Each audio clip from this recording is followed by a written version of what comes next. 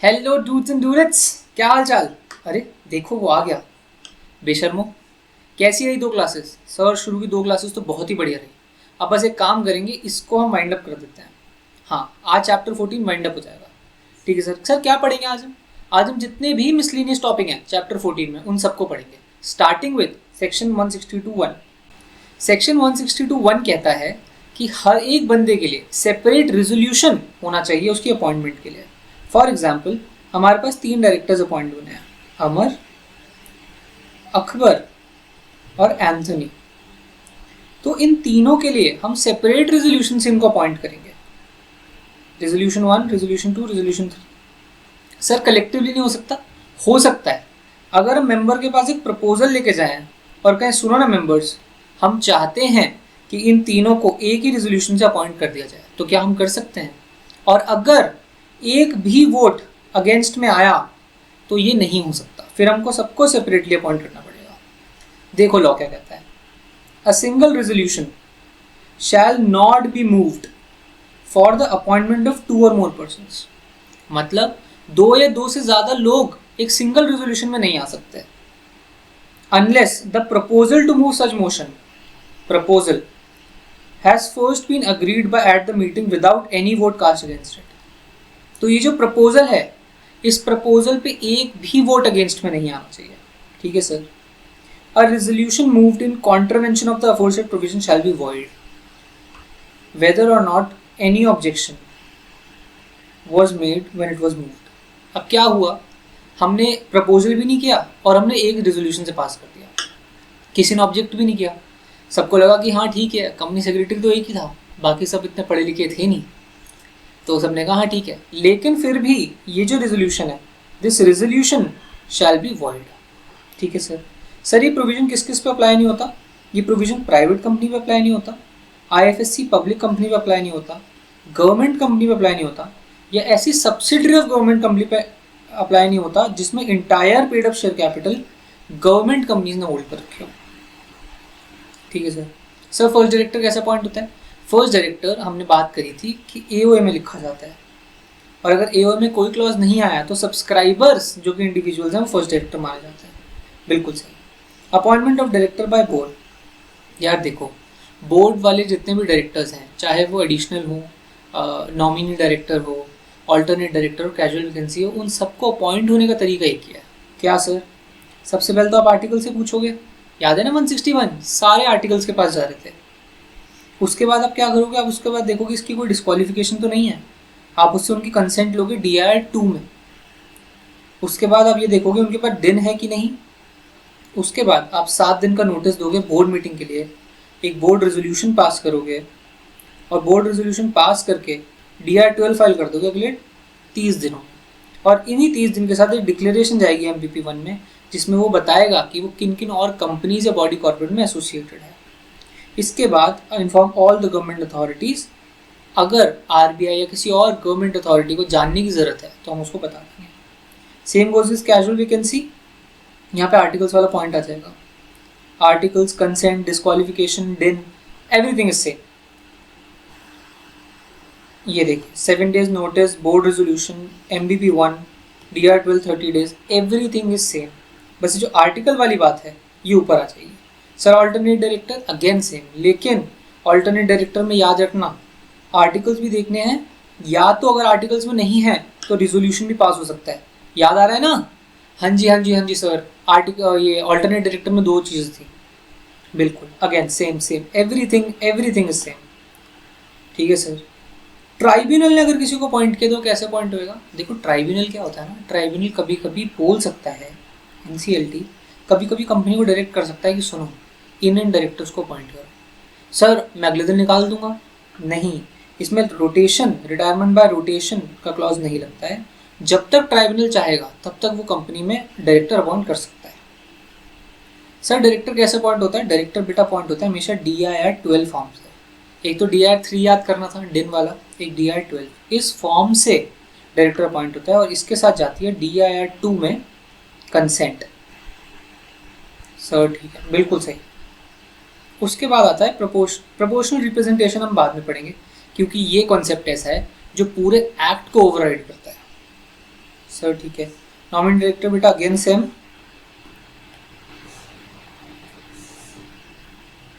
अब procedure by small shareholder. Small shareholders कैसे, small shareholder director, SSD कैसे appoint होता था, या तो लिस्टेड कंपनी में या फिर on the notice of 1000 small shareholders और 1/10 of the total number of such shareholders whichever is lower, वैसे अपॉइंट होता था।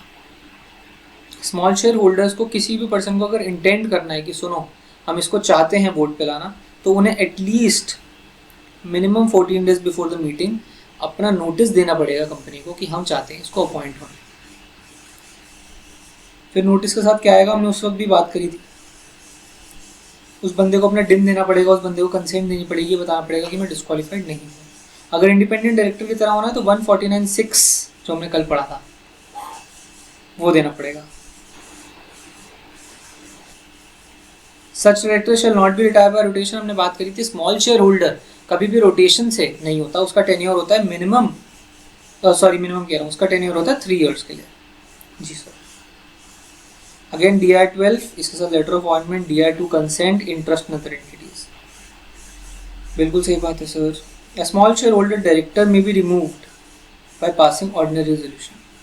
सर मैंने एक SSD अपॉइंट किया, अगले दिन कंपनी ने दोबारा से एक जनरल मीटिंग बुलाई और ऑर्डिनरी रेजोल्यूशन से उसको निकाल दिया, तो क्या फ़ायदा हुआ? कोई फ़ायदा नहीं हुआ। कंपनी कर सकती है, कंपनी चाहे तो ऑर्डिनरी रेजोल्यूशन से SSD को निकाल सकती है। Sir appointment of directors by member eight general meeting, अब ये नया है। इसमें हम बेसिकली पढ़ेंगे सेक्शन 152। सेक्शन 152(6) सेज, ये पब्लिक कंपनी में लगता है कि अगर एक पब्लिक कंपनी के आर्टिकल्स चाहें तो वो ये कह सकते हैं कि हमारे सारे directors, all the directors of the company shall retire by rotation. मेरे जितने भी डायरेक्टर्स हैं कंपनी में वो सारे will retire by rotation. Sir अगर आर्टिकल्स ऐसा नहीं कहता तो 2/3 of the total members of directors shall be liable, ध्यान से, shall be liable to be retired by rotation. Sir मतलब एक पब्लिक कंपनी है जिसमें 9 डायरेक्टर्स हैं। अब या तो पब्लिक कंपनी के आर्टिकल्स कहते हैं कि 9 के 9 रोटेशनल डायरेक्टर्स हैं, ये रोटेट करते रहेंगे, रिटायर होते रहेंगे बाय रोटेशन। अगर आर्टिकल्स ऐसा नहीं कहते हैं तो क्या होगा, तो नॉट लेस देन 2/3 मतलब मिनिमम 6 डायरेक्टर्स हो जाएंगे रोटेशनल डायरेक्टर, और 3 जो 1/3 है, 3 डायरेक्टर्स वो हो जाएंगे नॉन रोटेशनल। ठीक है सर, यहाँ तक समझ में आ गया। अब रिटायर कब होंगे? At the first AGM of the public company held next after the date of general meeting at which first director is appointed. हमने फर्स्ट डायरेक्टर एक जनरल मीटिंग में अपॉइंट करे, उसके बाद वाली AGM and at every subsequent AGM, मतलब उसके बाद हर एक सब्सिक्वेंट AGM में minimum 2/3 director are liable to retire. Liable हैं, अभी रिटायर नहीं हुआ है, मतलब दे आर लाइबल कि हाँ अभी रिटायर हो सकते हैं। 1/3 of such directors for the time being as a liable to retire, मतलब इनमें से 1/3, 6 के 1/3 मतलब 3 directors shall retire by rotation. So मतलब ये कि 9 में से 6 director were liable to retire, but retire होंगे एक्चुअली में कितने? 3 director. 2/3 are liable to retire and 1/3 will retire in 6 में से। सर ठीक है। और if the number is neither 3 nor multiple of 3 then the number nearest to 1/3 shall retire. कि अगर 3 की जगह 4 हैं, या फॉर एग्जाम्पल यहाँ पे 6 की जगह अगर 7 डायरेक्टर होते हैं, अगर 7 डायरेक्टर होते हैं तो 3 निकल के आता, या तो 3.3 से निकल के आता या 3.67 निकल के आता, तो क्या होता? 3.33 का नियरेस्ट इज 3 एंड 3.67 का nearest is 4। Are you getting it? आप समझ रहे हो ना? जी sir. The director to retire by rotation at every AGM shall be those who have the longest office. Obviously जिन्होंने ऑफिस लॉन्गेस्ट होल्ड कर रखा हो वैसे वैसे वो रिटायर करते जाएंगे। ठीक है सर। अब यूजुअली कंपनी क्या करती हैं, जैसे 3 डायरेक्टर रिटायर हुए इन्हीं 3 को दोबारा रीअपॉइंट कर लेती है। सर कितनी बार रीअपॉइंट हो सकते हैं? ये कितनी भी बार रीअपॉइंट हो सकते हैं। If the vacancy of the retiring director is not filled, but अगर उन्होंने जो रिटायरिंग डायरेक्टर जो जा रहा है, for example A B and C जा रहे हैं, तो ए बी को दोबारा उन्होंने रीअपॉइंट किया, लेकिन सी को अभी इन्होंने रीअपॉइंट नहीं किया, and the meeting has not expressly resolve कि हम वैकेंसी फिल नहीं करेंगे, मतलब मीटिंग में ये भी नहीं बोला कि हम सी की जो वैकेंसी है उसको फिल नहीं करना चाहते, तो क्या होगा? The meeting shall stand adjourned till the same day in the next week. मतलब थर्सडे को मीटिंग हुई थी, तो अब वो क्या होगा? अगले वीक के थर्सडे को वो मीटिंग एडजर्न हो जाएगी at same time at same place. और if the day is a national holiday, अब मान लो Thursday is a national holiday, national holiday का तो क्या होगा sir? Next succeeding day which is not a holiday. अब याद रखना, यहाँ पे नेशनल हॉलीडे है और यहाँ पे हॉलीडे है, तो कंफ्यूज मत होना। मतलब अगर यहाँ सैटरडे होता, यहाँ पे अगर सैटरडे होता और ये सैटरडे होता, तो इसका नेक्स्ट डे हॉलीडे पड़ जाता, मतलब संडे, तो फिर मंडे को होती मीटिंग। सी मेरा बहुत मन करता है मैं इतनी टेक्निकलिटीज़ में जाऊँ आपके साथ, बट रिवीजन लेक्चर है सर, कोई बात नहीं। At same time at same place, तो क्या होगा? मीटिंग एडजर्न हो जाएगी। If at the adjourn meeting also the vacancy of retiring director is not filled, adjourn meeting में भी हमने जो सी की वैकेंसी थी वो फिल नहीं करी, and that the meeting is not express resolve, और हमने रिजॉल्व भी नहीं किया कि भाई हमें ये नहीं भरनी है सर, तो क्या होगा? The retiring director mister C shall be deemed to have reappointed at a meeting, तो C will be deemed that he is appointed on the board, unless, sir कब कब नहीं हो सकता? एट द मीटिंग और at the previous meeting the resolution for reappointment of such director mister C has been put and lost, हमने reappointment का resolution put किया और वो लॉस्ट हो गया, मतलब वो रेजोल्यूशन फेल हो गया। अब सी अपॉइंट हो सकता है? नहीं सर, सी अब अपॉइंट नहीं हो सकता। द रिटायरिंग डायरेक्टर मिस्टर सी, उसने एक्सप्रेसली अपनी अनविलिंगनेस दिखा दी कि सर मैं अपॉइंट नहीं होना चाहता इस कंपनी में। A resolution, whether special or ordinary, is required for his appointment by virtue of any provision of that.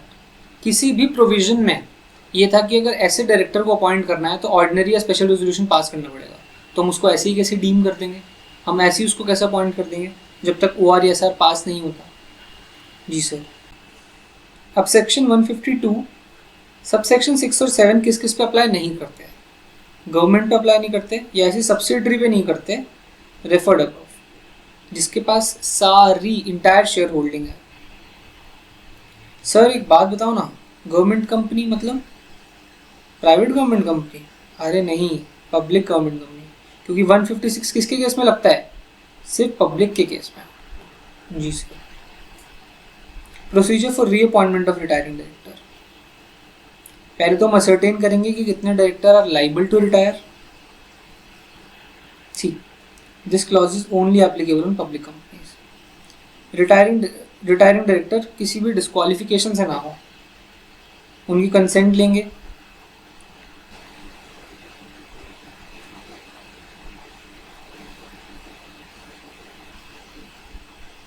convene a board meeting after giving a notice to all the shareholders, consider reappointment of retiring director। Usually क्या होता है, जिन जिन companies का tenure और जिन जिन directors का tenure खत्म होने वाला होता है, जो रिटायर होने वाले होते हैं, कंपनी उनको रीअपॉइंट कर लेती है दोबारा।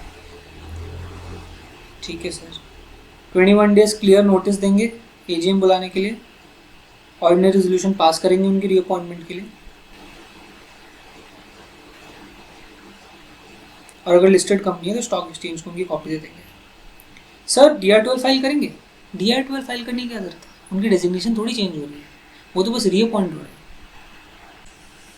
अब क्या हुआ, मुझे एज शिवांश मुझे डायरेक्टर बनना है, और मैं कोई रिटायरिंग डायरेक्टर तो हूँ नहीं, एक नया फ्रेश डायरेक्टर हूँ, मुझे खड़ा होना है कि मैं डायरेक्टर बनूंगा इस कंपनी में। तो मेरे को क्या करना पड़ेगा? मेरे को minimum 14 days before the meeting एक नोटिस देना पड़ेगा कंपनी को कि सुनो मैं डायरेक्टर बनना चाहता हूँ, और उस नोटिस के साथ मुझे 1 लाख रुपए देने पड़ेंगे। 1 लाख रुपए का डिपॉजिट देना पड़ेगा। सर ये डिपॉजिट रिफंडेबल है? ये डिपॉजिट तभी रिफंडेबल है अगर मेरे को 25% से ज़्यादा वोट मिल जाते हैं। सर अगर 25 से कम मिले तो, अगर 25 से कम वोट मिले तो ये फीस जो 1 लाख रुपए की नॉन रिफंडेबल है। ठीक है सर। सर ये जो रिक्वायरमेंट होती है डिपॉजिट की, ये इंडिपेंडेंट डायरेक्टर पे अप्लाई नहीं करती।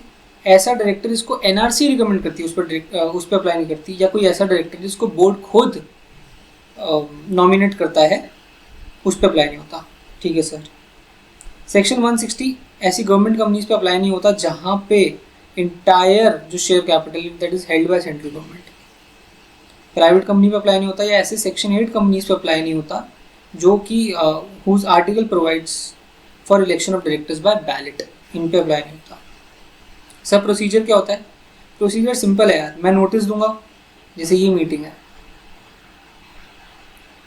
मीटिंग से 14 दिन पहले मैं नोटिस दूंगा, और फिर जो कंपनी होगी वो मीटिंग से 7 दिन पहले, 7 डेज पहले, ये जो मेरा नोटिस है ये सारे मेंबर्स को भेज देगी। सर जहाँ पे प्रैक्टिकल नहीं है, जहाँ पे प्रैक्टिकल नहीं तो क्या करो, इसको न्यूज़पेपर में पब्लिश कर दो, 2 न्यूज़पेपर्स में, 1 English 1 regional language. Sir regional language मतलब, अरे बाबा मेरी कंपनी का रजिस्टर्ड ऑफिस मुंबई का है, तो एक इंग्लिश न्यूज़पेपर, एक महाराष्ट्र का न्यूज़पेपर। जी सर। लिस्टेड कंपनी है तो स्टॉक एक्सचेंज के पास जाएगा, देखो कि मेरे पास डेनबी है कि नहीं, मेरा कंसेंट, बाकी तो सेम, सारा प्रोसीजर सेम ही रहता है। रिफंड कब होएगा? जब 25 से ज़्यादा वोट मिलेगा। DR12 फाइल होगा, DR12 में ये 3 चीज़ें जाएंगी, लेटर ऑफ अपॉइंटमेंट जाएगा, DR2 कंसेंट जाएगा, इंटरेस्ट जाएगा। लिस्टेड कंपनी है तो पर्टिकुलर्स अपॉइंटमेंट स्टॉक एक्सचेंज को फाइल होंगे, और फिर the appointment director concern has to inform other companies कि भाई मैं इस कंपनी में डायरेक्टर बन गया हूँ। और अब इसके बाद हम आ जाते हैं प्रोपोर्शनल रिप्रेजेंटेशन पे। सी, डायरेक्टर जो भी अपॉइंट होते हैं वो जनरल मीटिंग में अपॉइंट होते हैं, और जनरल मीटिंग में कैसे अपॉइंट होते हैं? OR से, मतलब 50% वोट से, 50% से ज़्यादा वोट से। अब क्या हुआ, मेरी कंपनी में 2 शेयर होल्डर्स हैं, एक मेजॉरिटी शेयर होल्डर है जिसके पास 80% शेयर्स हैं, एक माइनॉरिटी है जो कि मैं हूँ, मेरे पास 20% शेयर्स हैं। अब एक बात बताओ, ये 80% वाला जो चाहता है ये तो किसी को भी डायरेक्टर बना सकता है ना, और मेरे पास तो कोई राइट ही नहीं है। तो प्रोपोर्शनल रिप्रेजेंटेशन क्या कहता है कि सुनो, अगर बोर्ड में 10 डायरेक्टर है ना, तो 80% वाला 8 डायरेक्टर अपॉइंट करेगा, मतलब अपनी शेयर होल्डिंग के हिसाब से, और ये 20% वाला 2 शेयर होल्ड करेगा।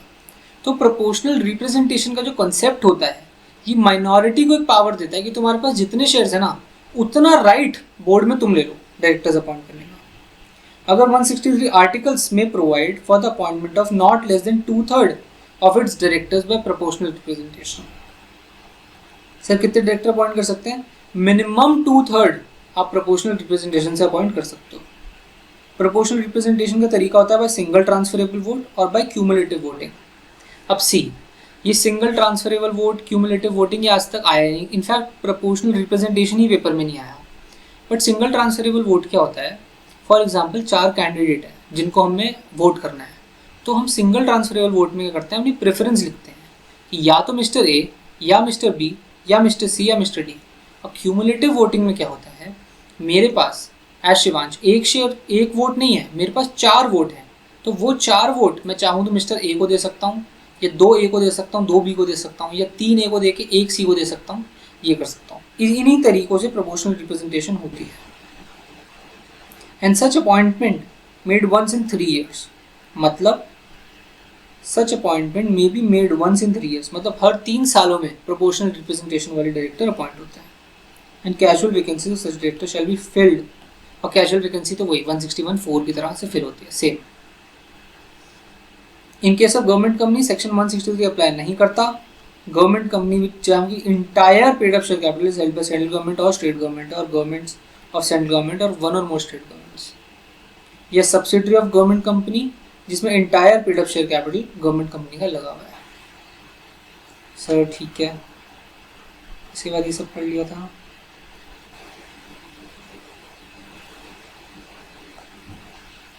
इंडिपेंडेंट डायरेक्टर पढ़ लिया, रेम्यूनरेशन पढ़ लिया,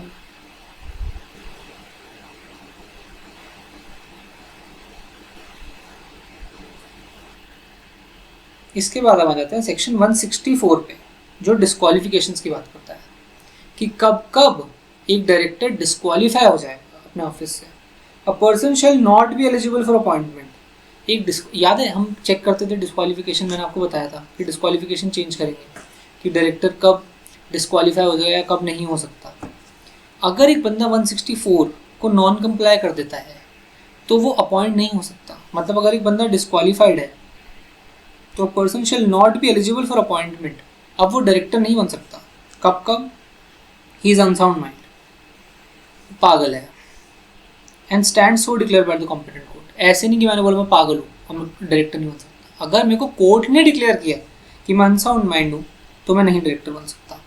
एक अनडिस्चार्ज इंसॉल्वेंट, एक ऐसा इंसॉल्वेंट जिसको भी कोर्ट ने डिस्चार्ज नहीं करा है कि हाँ ये इंसॉल्वेंट है। He has applied to be adjudicated as insolvent and his application is pending. C क्या होता है, हमको पहले अप्लाई करना पड़ता है कि मेरे को दिवालिया घोषित कर दिया जाए। तो अगर मैं अनडिस्चार्ज हूँ और मैं एडजुडिकेटेड एज इंसॉल्वेंट हूँ तो भी मैं डिस्क्वालीफाइड होता हूँ। सर अगर मैं डिक्लेयर हो गया, डिक्लेयर होने के बारे में तो यहाँ कुछ नहीं लिखा। He has been convicted by the court of any offence, whether involving moral turpitude or otherwise, and sentenced for imprisonment of not less than 6 months. Minimum 6 महीने के लिए अगर मेरे को imprisonment हो गई and the period of 5 years has not been elapsed from the date of expiry, तो जिस दिन मुझे मिनिमम 6 महीने की जेल हो गई है वहाँ से 5 साल तक मैं डिस्क्वालीफाइड रहूँगा, मैं किसी भी कंपनी में अपॉइंट नहीं हो सकता। Provided that if a person has been convicted of an offence and sentenced imprisonment for a period of 7 years or more, अगर मैं मिनिमम 6 मंथ्स की जगह 7 या 7 साल से ज़्यादा के लिए इम्प्रिजनमेंट मेरे को हुई है तो मैं कभी भी किसी कंपनी में डायरेक्टर नहीं बन सकता। He shall not be eligible to be appointed as a director in any company, और कभी भी कोई 5 साल का पीरियड नहीं है। An order disqualifying him for his appointment as a director has been passed by the court. अगर court ने ही मुझे डिस्क्वालीफाई कर दिया है तो मैं कभी अपॉइंट नहीं हो सकता। He has not paid any calls in respect of shares held by him, whether or not jointly, and 6 months has elapsed for the last day fixed for the payment of call. मेरे को एक payment करनी थी मेरी calls की और 6 महीने elapse हो गए हैं। इस 6 महीने के बाद, इलैप्स होने के बाद अब मैं डिस्क्वालीफाई हो गया हूँ, मैं डायरेक्टर नहीं बन सकता। He has been convicted of offence dealing with the related party under section 188 at the time during the last preceding 5 years. पिछले किसी भी 5 सालों में मैं रिलेटेड पार्टी के लिए, मैं रिलेटेड पार्टी ट्रांजैक्शन में कन्विक्टेड हो गया हूँ, मैं डिस्क्वालीफाइड रहूँगा, मैं अपॉइंट नहीं हो सकता। He has not complied with section 152(3) allotment of दिन। मेरे पास दिन बिना दिन लिए डायरेक्टर बना बैठा है। He has not complied with the provision of 165(1). मैं 20 कंपनी से ज़्यादा में डायरेक्टर्स हूँ तो भी मैं डिस्क्वालीफाई हो जाऊँगा। अब ये ऊपर वाला था सबसेक्शन 1, अब आता है subsection 2। No person shall who is मतलब present, who has been past director of a company which has not filed financial statements और annual returns for a continuous period of 3 years। 3 साल तक मैंने फाइनेंशियल स्टेटमेंट्स फाइल नहीं किया, annual return file नहीं करी, या has failed to repay the deposits accepted by it or pay interest thereon, or to redeem any debentures on the due date or pay interest on the due thereon, or pay any dividend declared, and such failure to pay or redeem continues for 1 year or more। अगर इन सब को मैंने repayment में default किया है और उसको 1 साल से ज़्यादा हो गया है तो no person shall be eligible to be reappointed as a director of that company or appointed in any other company for a period of 5 years। ध्यान से, shall not be eligible to be reappointed, appointed तो रहेगा लेकिन reappointment के लिए eligible नहीं है, और किसी और कंपनी में अपॉइंटमेंट के लिए एलिजिबल नहीं है। देखो यहाँ अपॉइंटमेंट लिखा है या रीअपॉइंटमेंट, ध्यान से पढ़ना। Provided that where a person is appointed as a director of the company which is in default of clause A or clause B। अब कल को मैं शिवान शुक्ला इस कंपनी में अपॉइंट होता हूँ तो मैं तो एक बात बताओ, अगर अपॉइंट हो गया तो इसमें आ गया ना और अगर इज में आ गया तो मैं पहले दिन से डिफॉल्ट में आ गया। अरे सॉरी, ये तो सोचा ही नहीं हमने। नो पर्सन हु इज, तो मैं तो इज में फंस गया ना, प्रेजेंटली डायरेक्टर हूँ मैं। और अगर मैं प्रेजेंट में डायरेक्टर हूँ तो मैं तो पहले दिन से डिस्क्वालीफाई हो गया। इसी के लिए प्रोविजो आया है कि अगर कोई पर्सन अपॉइंट होता है तो ही शैल नॉट इनकर disqualification for a period of 6 months। मेरे पास 6 महीने हैं इस कंपनी की गलतियाँ ठीक करने के लिए। अगर मैंने ये गलतियाँ 6 महीने में ठीक कर ली तो ठीक है, वरना मैं भी डिस्क्वालीफाई हो जाऊँगा। ठीक है sir. However, in case of government company, this section shall not apply. A private company may by articles provide for any disqualification for appointment as director in addition to those of subsection 1 or 2। अगर एक private company चाहे तो और भी तरीके disqualification के लगा सकती है, provided that the disqualification referred in DEG of subsection 1। DEG क्या है? This conviction, order और related party transaction shall continue to apply even if the appeal or petition has been filed against it। मतलब मैं convict हुआ था और इस conviction के अगेंस्ट मैंने एक अपील फाइल कर रखी है, तो अपील फाइल करने में मेरे को ऐसे कोई राहत नहीं मिलेगी, मैं डिस्क्वालीफाइड रहूँगा। ठीक है sir. MCA wide notification publish the list of directors associated, ये तो बस ऐसी MCA ने पब्लिश करी थी लिस्ट जिससे वो डायरेक्टर डिस्क्वालीफाई हो गया था। अब वेकेशन ऑफ ऑफिस, ऑफिस छोड़ना पड़ेगा।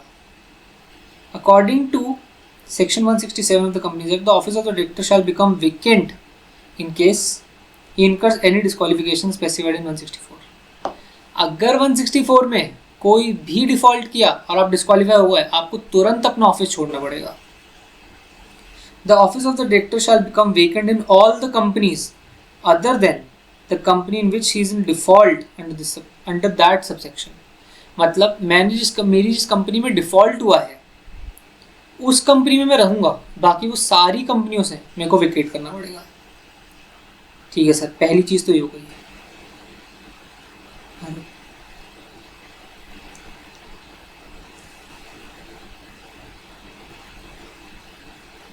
दूसरा, he absents himself from all the meetings of the board of director held during a period of 12 months with or without seeking leave।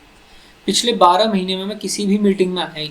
अगर मैं किसी भी मीटिंग में आया ही नहीं तो मेरा ऑफिस, मेरे को अपना ऑफिस विकेट करना पड़ेगा। he acts in contravention of the provision of 184। 184 क्या कहता है? relating to entering into a contract or arrangement indirectly interested।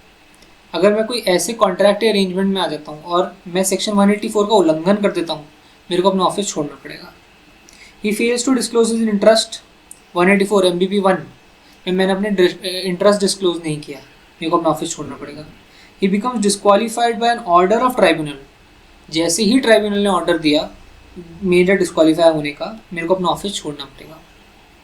Is convicted by the court of any offence and sentenced imprisonment of not less than 6 months। वही ऊपर पढ़ के आए थे, मेरे को ऑफिस छोड़ना पड़ेगा। Provided that the office shall not be vacated by director.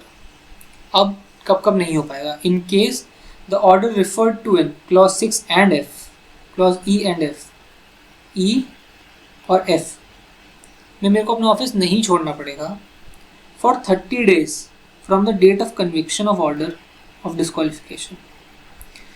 30 दिन तक मैं अपने ऑफिस में रह सकता हूँ।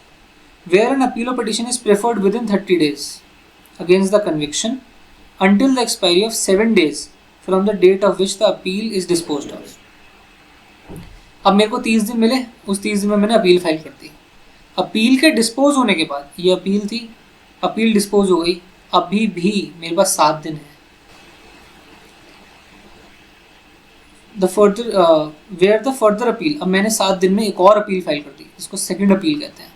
सेकेंड अपील फाइल करी against the order until the further appeal और पिटिशन इज डिस्पोज्ड ऑफ। तो अब जब तक ये अपील चल रही है तब तक मेरा ऑफिस विकेट नहीं होगा, या तो डिस्क्वालीफाइड में होऊंगा, मैं और किसी कंपनी में डायरेक्टर नहीं बन सकता, पर मैं इस ऑफिस से विकेट नहीं करूंगा, इस ऑफिस में मैं डायरेक्टर रहूंगा।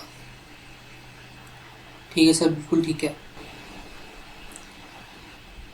ही is removed in person to the provision of that. वो जैसे ही मतलब मेरा रिमूवल हुआ तो मेरे को ऑफिस छोड़ना पड़ेगा। He has been appointed by director by virtue of holding any office in its holding subsidiary and associate. अब मैं इस कंपनी में, द कंपनी में ऑफिस इसलिए होल्ड कर रखा था क्योंकि मैं होल्डिंग कंपनी में एक ऑफिस होल्ड करता था। तो अगर मैं होल्डिंग कंपनी से रिटायर हो गया तो मेरे को इस भी कंपनी से अपना ऑफिस छोड़ना पड़ेगा। अब जहाँ पे सारे डायरेक्टर अपना ऑफिस विकेट कर देंगे ड्यू टू डिस्क्वालिफिकेशन, वहाँ पे प्रमोटर या सेंट्रल गवर्नमेंट अपॉइंट करेंगे सारे डायरेक्टर्स को, जब तक कंपनी उन डायरेक्टर्स को अपॉइंट ना कर ले। मतलब जब तक कंपनी जनरल मीटिंग में डायरेक्टर्स अपॉइंट नहीं कर लेती तब तक इंटरिम डायरेक्टर्स अपॉइंट करेंगे, या तो प्रमोटर या फिर सेंट्रल गवर्नमेंट। अगर प्राइवेट कंपनी चाहे तो एडिशनल ग्राउंड्स दे सकता है वो वेकेशन के, DR-12 फाइल होगा वेकेशन पे। और अगर किसी बंदे को पता है कि वो विकेट कर चुका है फिर भी वो अपना ऑफिस नहीं छोड़ रहा है तो उसको फाइन लगेगा 1 लाख से लेकर 5 लाख तक। सर रेजिग्नेशन क्या होती है? रेजिग्नेशन कुछ नहीं, मैं रेजिग्नेशन दूंगा कंपनी को, कंपनी उस रेजिग्नेशन लेटर को टेक नोट करेगी और 30 दिन के अंदर मेरा DR-12 फाइल कर देगी। अगर डायरेक्टर चाहे तो अपना DR-11 फाइल कर सकता है, मे है ये भी। सर रेजिग्नेशन लेटर कब से माना जाएगा? जब रेजिग्नेशन कब, उस दिन से माना जाएगा जिस दिन मेरे पास रेजिग्नेशन, जिस दिन कंपनी के पास रेजिग्नेशन लेटर आया या date specified whichever is later. Sir ठीक है। रिमूवल होता है ऑर्डिनरी रेजोल्यूशन से। हमें किसी भी डायरेक्टर को अगर हटाना है तो हम ऑर्डिनरी रेजोल्यूशन से हटा सकते हैं, obviously after giving reasonable opportunity of being heard to him. See reasonable opportunity of being heard देंगे। अगर एक इंडिपेंडेंट डायरेक्टर है जो रीअपॉइंट हुआ है, इंडिपेंडेंट डायरेक्टर रीअपॉइंट होता है SR से, तो वो रिमूव भी SR से होगा। सर बिल्कुल सही बात है। ये जो प्रोविजंस है रिमूवल के ये अप्लाई नहीं करेंगे अगर डायरेक्टर जो था वो प्रोपोर्शनल रिप्रेजेंटेशन से अपॉइंट हुआ था। सर प्रोसीजर क्या रहेगा? कुछ नहीं, a special notice from a member of the company जाएगा कि सुनो मेरे को इस डायरेक्टर को रिमूव करना है। The company shell forward the copy of special notice director proposed. फिर वो डायरेक्टर जो होगा वो अपनी रिप्रेजेंटेशन देगा। 21 दिन, मिनिमम 21 दिन का नोटिस जाएगा और 21 दिन के नोटिस में the director should fact the representation कि भाई मेरा क्या क्या रिप्रेजेंटेशन आया है। If the representation is receive too late and it could not be send to the members, तो क्या होगा? The director concern may be required to required that the representation shall be read out at the meeting. उसकी representation meeting में सुनी जाएगी। However, NCLT on an application of the company or any other person who claims to be aggrieved on being satisfied may dispense with the procedure of sending the notice of representation and reading thereof at the meeting to secure needless publicity। कभी कभी क्या होता है कोई director है बहुत बदतमीजी कर रहा है और हम जानते हैं कि वो जनरल मीटिंग में भी आएगा तो वो सिर्फ मतलब नीडलेस पब्लिसिटी लेगा और कंपनी को डिफेम करेगा, तो हम NCLT के पास जाएंगे और NCLT इसको वेव ऑफ कर सकता है कि सुनो इसको रिप्रेजेंटेशन देने की जरूरत नहीं है। लिस्टेड कंपनी है तो मिनिमम 24 घंटे में ऑफ द इवेंट आपको स्टॉक एक्सचेंज को इन्फॉर्म करना पड़ता है। Hold a general meeting, pass a ordinary resolution और वो बंदा रिमूव हो जाएगा। फिर वही DR-12 फाइल करेंगे हम 30 दिन के अंदर अंदर। सर बिल्कुल सही बात है। Removal of director by NCLT where the application has been made under section 241 for prevention of operation और मिसमैनेजमेंट, द ट्राइब्यूनल चाहे ट्राइब्यूनल अपने ऑर्डर में कह सकता है कि सुनो इस डायरेक्टर को रिमूव कर दो। लोन्स टू डायरेक्टर, क्या डायरेक्टर को लोन दे सकता है? नो कंपनी शैल डायरेक्टली और indirectly advance any loan including loan representation bye book trade और गिव गारंटी और provide security in connection with any loan by any director. तो कोई भी कंपनी किसी डायरेक्टर को लोन नहीं दे सकती या फिर सिक्योरिटी या गारंटी भी नहीं दे सकती। डायरेक्टर ऑफ अ कंपनी और of a company which is a holding company, मतलब director of a holding company और any partner relative of such director or any firm in which such director or relative is a partner. A company may advance loan including loan represented by book value, give guarantee, provide security with the loan taken by the person in which the director of the company is interested. मतलब ऐसे इंसान को any person को loan दे सकती है जिसमें director interested हो। Sir ऐसा कौन सा पर्सन होगा? बेवकूफ़ पर्सन मतलब नेचुरल पर्सन भी होता है और आर्टिफिशियल पर्सन भी होता है। Subject to the condition that A special resolution is passed by the company in general meeting. Company अपनी जनरल मीटिंग में SR पास करेगी, provided that the explanatory statement of the notice of the relevant general meeting shall disclose the full facts या full particulars of the loan given और वो loan कहाँ कहाँ utilise किया है। The loan are utilized by the borrowing company for its principal business only. देखा। For example मेरी एक प्राइवेट कंपनी है और मेरी इस प्राइवेट कंपनी में जो डायरेक्टर है वो इंटरेस्टेड है, तो अब मुझे इस कंपनी से लोन लेना है तो कंपनी क्या करेगी, कंपनी पहले अपना एसआर पास करेगी और ये जो कंपनी है ये सिर्फ इसको अपने प्रिंसिपल बिजनेस में यूज कर सकती है। ठीक है sir. For the purpose of this section any person to whom the director is interested means, ध्यान से, अ प्राइवेट कंपनी। समझ गए पर्सन कौन है? A private company in which a director is a director और अ मेंबर। अगर एक private company में, हमारी कंपनी का डायरेक्टर अगर एक प्राइवेट कंपनी में डायरेक्टर है या मेंबर है तो ऐसा माना जाएगा कि वो private company is a person जिसमें डायरेक्टर इंटरेस्टेड है। Any body corporate at a general meeting of which not less than 25%, minimum 25% of the total voting power may be exercised or controlled by any of such director or by 2 or more such directors together। या फिर ऐसी कोई body corporate, the board of directors, managing director और manager who is accustomed to act in accordance with the direction of the board or of any director or directors of the lending company। अगर मैं एक director हूँ और मेरे बोलने पे, मेरे इशारों पे किसी बॉडी कॉर्पोरेट के डायरेक्टर्स और एमडी रिएक्ट करते हैं तो मैं इंटरेस्टेड माना जाऊँगा। Nothing contained in subsection 1 and 2 shall apply. अब फर्स्ट और सेकंड जो भी पढ़ा है सब बाहर नहीं गया। The giving of loan to managing और होल्ड टाइम डायरेक्टर, मैनेजिंग और होल्ड टाइम डायरेक्टर को लोन दे सकता है as a part of condition of service extended by the company to all its employees, या फिर pursuant to any scheme approved by the member by special resolution। इन दो cases में MD और WTD को लोन दे सकते हैं। A company which is an ordinary course of business provide loans or gives guarantee for the due repayment of loan and in respect of such loan interest is charged of not less than the rate of prevailing yield of 1 year, 3 years, 5 years or 10 years government security closest to the tenure of loan। ऐसी case में भी loan दे सकते हैं। Any loan made by holding company to its wholly owned subsidiary, holding company ने अपनी wholly owned subsidiary को loan दिया है और given guarantee provided security in respect of loan to its wholly owned subsidiary. और any guarantee given security provided by a holding company in respect of loan made by any bank financial institution to a subsidiary company। यहाँ पे holding company नहीं है, यहाँ पे subsidiary company है। Provided that the loans made under clause C and D are utilized by the subsidiary company for its principal business only। यही हमने subsection 2 में पढ़ा था, जिसको लोन मिल रहा है वो अपने principal business के लिए यूज करे। Subsection 4, if the loan is advanced or guarantee securities given or provided or utilized in the contravention of the section, तब क्या होगा? Company shall be punishable with a fine of not less than 5 lakh rupees but 25 lakh तक वो जा सकता है। Every officer in default punishable with imprisonment which may extend to 6 months or with fine 5 lakh rupees but extend to 25 lakh rupees, and the director or the person to whom loan is advanced shall be punishable with imprisonment of maximum 6 months or fine 5 lakh or minimum 5 lakh से 25 lakhs। Disclosure by director of his interest, sir किस में देता है वो अपना disclosure? किस में देता है? MBP 1 में। जी सर। एवरी डायरेक्टर कब shall at the first meeting of the board in which he participates, first meeting of the board every financial year और where there is any change, तो उसको MBP 1 में डिस्क्लोजर देना पड़ेगा। ठीक है सर। सबसेक्शन 2 कहता है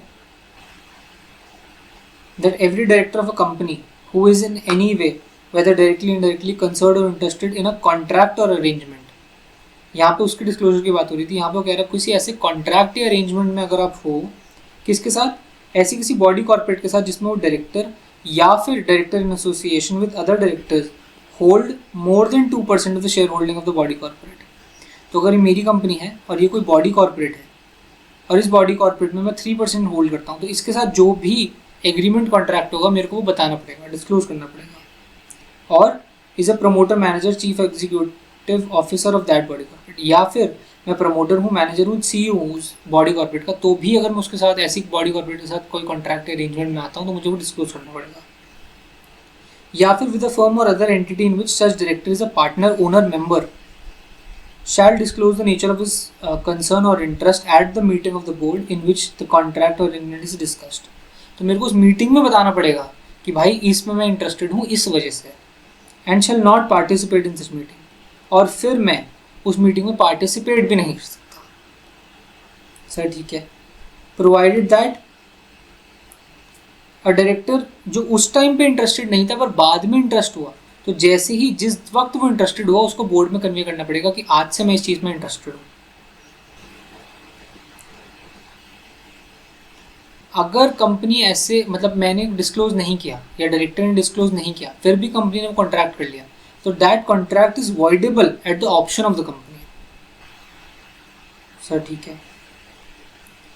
लेकिन दिस सबसेक्शन या दिस सेक्शन 184 ये किसी भी मतलब ये सेक्शन इसलिए नहीं है कि हम किसी और कंपनी से कॉन्ट्रैक्ट ना कर पाए. कॉन्ट्रैक्ट कर सकते हैं बट लॉ क्या कहता है कि डिस्क्लोजर, प्रॉपर डिस्क्लोजर दे दिया जाए. ये पेनल्टी है, खुद पढ़ लेना. फॉर्म MBP1 मैंने आपको बता दी, इसमें डिस्क्लोजर देना पड़ता है. It shall be the duty of the director to give notice of interest cause it to be disclosed at the meeting held immediately after the date of the notice. मतलब MBP1 जो देना है, it is duty of the director to give notice of interest MBP1 to cause it to be disclosed at the meeting held immediately after the date of notice. मैंने notice दिया MBP1 में, तो अब जो next immediately board meeting होगी उस board meeting में इस MBP1 को प्लेस कर दिया जाएगा. सर बिल्कुल ठीक है. The notice shall be kept at the registered office and it shall be preserved for 8 years. MBP1 कब तक प्रिजर्व रहता है? 8 years तक प्रिजर्व रहता है. Duty of directors, this is very dry, ये आप खुद भी पढ़ सकते हो. जी sir. Register of directors in KMP Section 170 makes it obligatory for every company to maintain a register containing the particulars of director, KMP and their shareholdings. Director के बारे में लिखेंगे, KMP लिखेंगे, और अगर उनकी कोई शेयर होल्डिंग है कंपनी में उसके बारे में भी लिखेंगे. Every company shall keep at its register office, registered office पे रखा रहेगा register containing particulars of KMP और उनकी शेयर होल्डिंग्स भी. अगर कोई चेंजेस हैं डायरेक्टर्स में तो वो DR-12 में फाइल होंगे विद इन 30 days. बिल्कुल सही बात है sir. In case of government company section 1 shall not apply. ये जो 30 days है IFSC प्राइवेट कंपनी या IFSC पब्लिक कंपनी के केस में 60 days हो जाते हैं, ये हम ऊपर बात कर चुके हैं.